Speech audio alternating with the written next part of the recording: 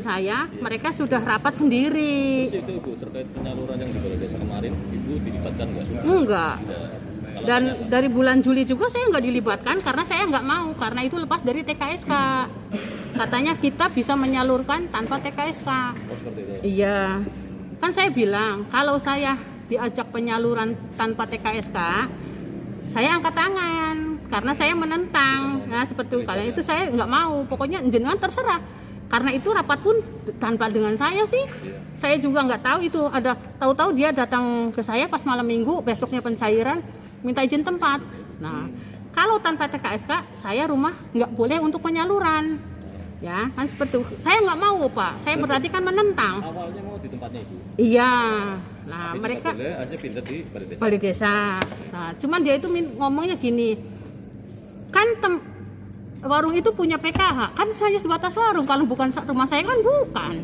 Nah, samping rumah kan saya luas lahannya, bisa biasanya juga buat penyaluran. Lah, saya nggak mau karena itu tanpa izin kan. Mereka itu menyalurkan sendiri, jadi mereka belanja sendiri. Ya, jadi saya otomatis saya mundur, saya nggak ikut campur penyaluran itu. Iya. Nah, pas bulan Agustus ini. Ya begitu. Berarti yang dalam arti ini memberhentikan Ibu dengan cara memaksa ya? Atau secara tidak langsung? Kalau masalah saya diberhentikan ataupun tidak, saya nggak tahu. Karena waktu itu pun saya tanpa apa tertulis ataupun dengan lisan, saya belum pernah menyatakan saya keluar dari ketua anggota Ewarung. Ya, secara tidak langsung, tapi kenyataannya akhirnya tidak melalui Ewarung kan? Iya, sekarang jadi lepas sendiri.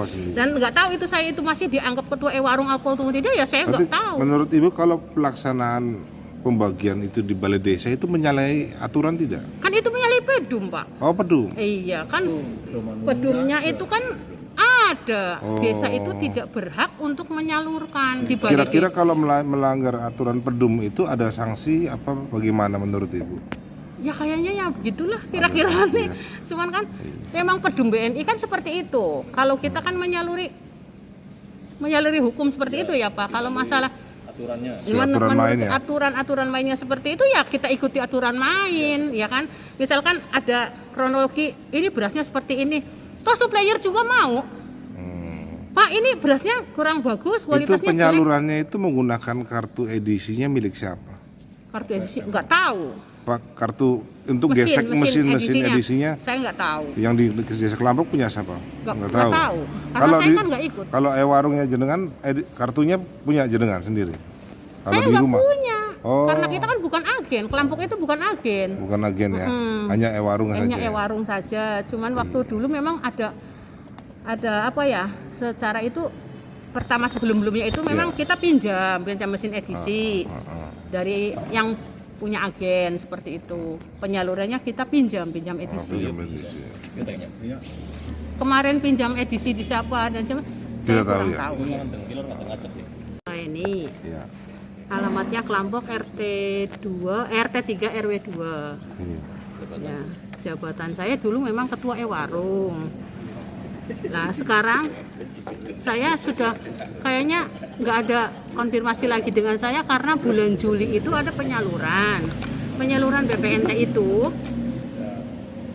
Dia itu datang ke saya sudah nggak rapat dengan saya. Nggak diajak rapat. Waktu itu cuma datang minta izin tempat. Katanya, Bu, besok kita hari Minggu ada penyaluran. Kok langsung ada penyaluran? Sementara saya itu belum dikasih tahu sama Mas Wahyu. Biasanya kalau ada penyaluran kan Mas Wahyu bel saya dulu. Bu, besok ada dropping beras. Terus nanti penyaluran tanggal sekian, saya kasih jadwal. Ya kan? Nama Wahyu Haryanto, saya sebagai PKSK Kecamatan Wanasari mendampingi program sembako baik yang reguler dari BNI ataupun COVID perluasan dari Bank Mandiri. Terkait dengan yang terjadi di Kelampok bulan September, penyaluran kan terjadi penyalurannya di Balai Desa.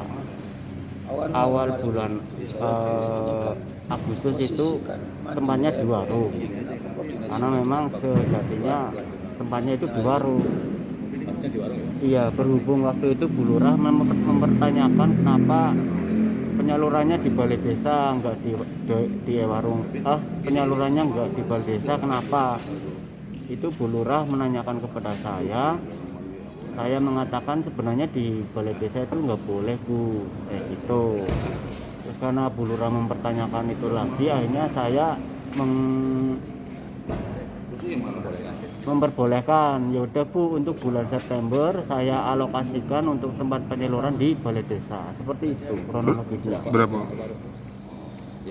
Di desa Klampok itu ada satu ewarung. Itu pun ewarung binaan PKH. Ewarungnya belum terdaftar di bank.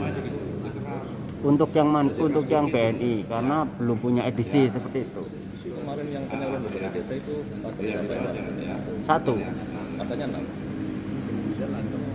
Untuk ewarungnya itu satu, tapi karena ewarung itu tidak punya mesin, akhirnya bahasanya mungkin menyewa atau meminjam dari agen-agen yang sudah terdaftar di Bank BNI untuk penyaluran BPNT atau sembako. Warung atas nama siapa, Mas?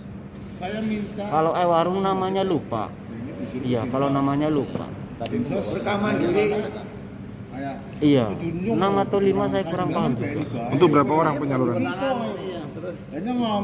Berapa yang penerima bantuannya berapa? Kemarin sih terupdate terakhir sekitar 880-an kalau nggak salah.